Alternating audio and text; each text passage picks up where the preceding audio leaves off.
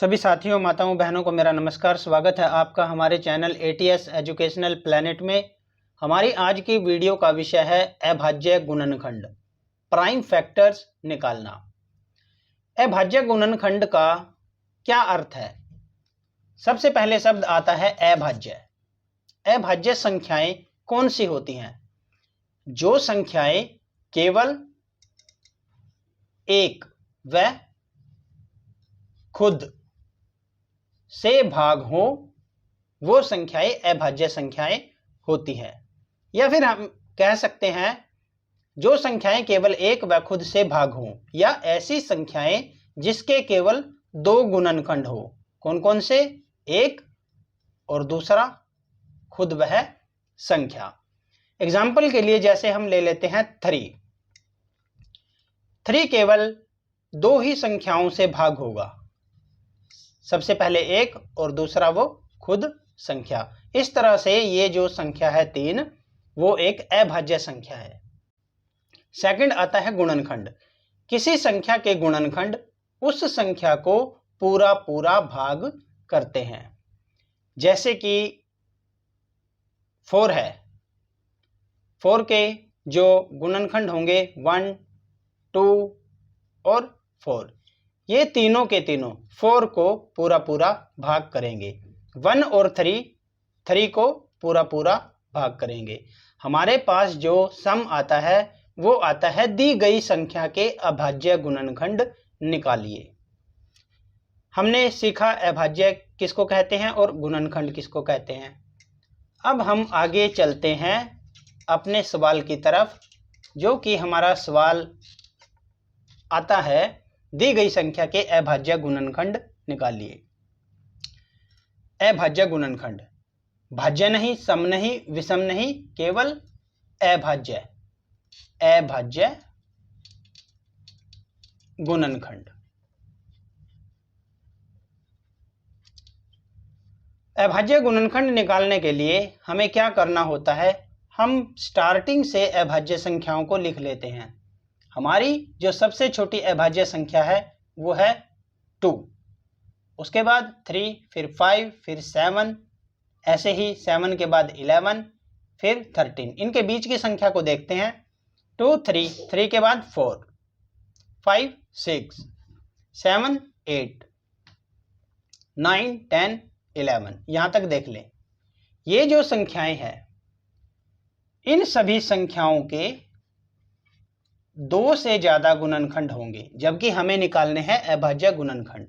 4 के 1, 2, 4, 3 हो गए, 1, 2, 3, 6, इसके 4 हो गए, 1, 2, 4, 8, इसके भी 4 हुए। इस तरह से 9 के 1, 3, 9, इसके 3 हुए। 10 के 1, 2, 5 और 10। तो हम इन संख्याओं को नहीं लेंगे। जो ये संख्याएं हैं वो है भाज्य संख्याएं, क्योंकि भाज्य संख्याएं वो संख्याएं होती हैं जिनके 2 से ज्यादा गुणनखंड हों।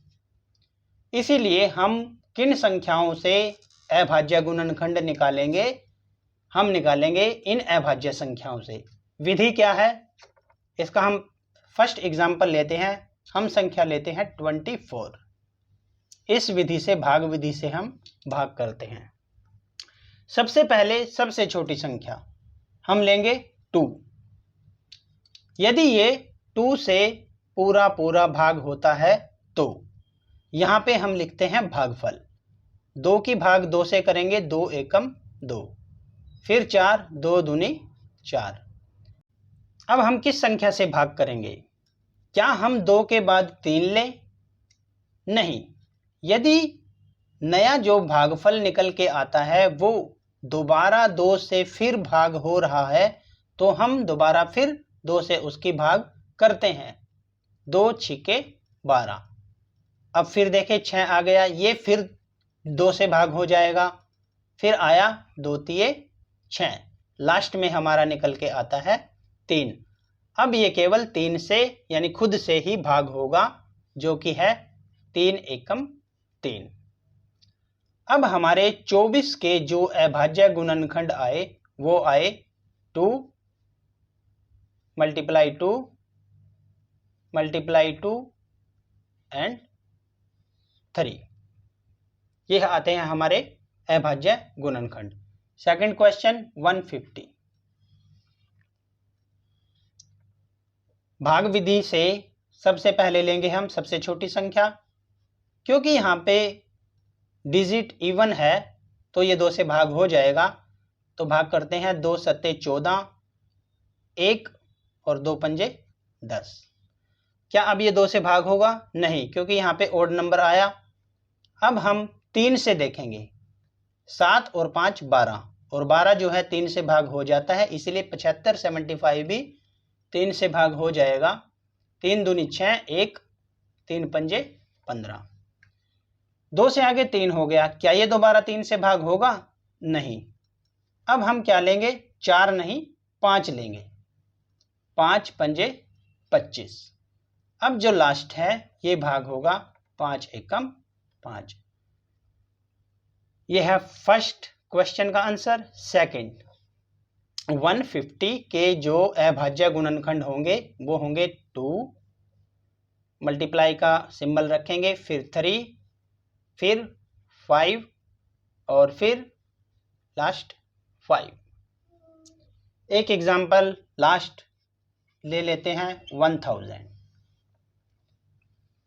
वही विधि होगी। सबसे पहले छोटी संख्या 2 से भाग करेंगे। 2 पंजे 10, 10 भाग हो गया 0, और 0 को हम ऐसे का ऐसे लिखेंगे। क्या अब 500 दोबारा 2 से भाग हो जाएगा? बिल्कुल होगा, क्योंकि 0 यहाँ पे इवन नंबर है। 2 दूनी 4, 1 2 पंजे 10 और लास्ट 0। अब फिर ये 2 से भाग हो जाएगा। 2 एकम 2, 2 दूनी 4, यहाँ पे 1 शेष बचा, 1 और 0 10 और 2 पंजे 10। अब ये 2 से भाग नहीं होगा, क्योंकि यहाँ पे ओड नंबर आया। हम देखेंगे क्या ये 3 से भाग होगा? विभाजकता की जांच के अनुसार 1 और 2 3, 3 और 5 8। 8 जो संख्या है वो 3 से भाग नहीं होगी, इसीलिए 125 भी 3 से भाग नहीं होगा। 3 छोड़ के अब हमें लेना पड़ेगा 5, क्योंकि इकाई के स्थान पर 5 है तो ये 5 से भाग हो जाएगा। 5 दूनी 10, 2 5 पंजे 25। फिर ये दोबारा फिर 5 से भाग हो जाएगा। 5 पंजे 25, लास्ट 5 एकम 5। हम इसको तब तक करेंगे जब तक यहाँ पे लास्ट 1 नहीं आ जाता। अब थर्ड क्वेश्चन का जो आंसर है 1000 के अभाज्य गुणनखंड होंगे 2 गुणा 2 गुणा 2 गुणा 5 गुणा 5 गुणा 5। अब अभाज्य गुणनखंड से संबंधित हमारे पास 2 तरह के क्वेश्चन आते हैं। किसी भी संख्या के कुल जो प्राइम फैक्टर हैं, प्राइम फैक्टर वो कितने आए? हम देखते हैं 24 के प्राइम फैक्टर कितने आए? 1 2 3 4। 150 के प्राइम फैक्टर कितने आए अभाज्य गुणनखंड? 1 2 3 4, इसके भी 4 आए। 1000 के प्राइम फैक्टर कितने आए? 1 2 3 4 5 6, यहां पे आए 6। अब हमारा आता है second question, distinct prime factor, यानी विशिष्ट, इसको बोलते हैं विशिष्ट अभाज्य गुणनखंड। अब ये क्या है?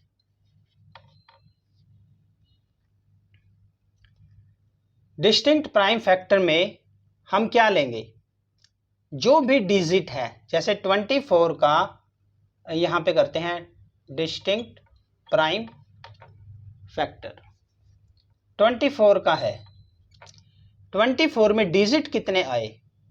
वैसे तो 1 2 3 4 हैं, लेकिन एक ही अंक 3 बार आया है, तो इनमें से हम एक लेंगे, 2 और दूसरा 3। इस तरह से डिस्टिंक्ट प्राइम फैक्टर कितने हुए? टोटल 2। अब हम देखते हैं 150 में। 150 में डिस्टिंक्ट प्राइम फैक्टर कितने आए? 150 में यहाँ पे है 1 अंक, 2 अंक और 5 2 बार आया, तो इनमें से एक एक अंक लेंगे। 2, 3 और दोनों 5 में से एक बार लेंगे 5, यानी 3 अंक। तो यहाँ पे विशिष्ट अभाज्य गुणनखंड आए 3। इसी तरह से 1000 में कितने आए? ये 2 और 5, इनमें से एक 2 लेंगे और एक 5 लेंगे, तो यहाँ पे आए 2।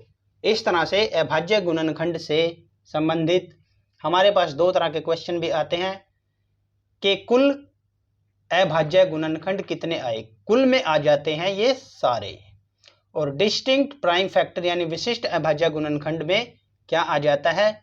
यदि किसी डिजिट का कोई समूह है उसमें से हम एक ले लेते हैं, जैसे हमने 150 में 5 में से एक 5 लिया, 3 सिंगल था 2 सिंगल था, उस हिसाब से कितने डिस्टिंक्ट प्राइम फैक्टर आए? निकल के 3। वीडियो में दी गई जानकारी आपको अच्छी लगी हो तो वीडियो को लाइक करें, शेयर करें, चैनल को सब्सक्राइब करें और बेल आइकन पे प्रेस जरूर करें ताकि आने वाली हर इंफॉर्मेटिव वीडियो का नोटिफिकेशन आपको मिल सके। धन्यवाद साथियों।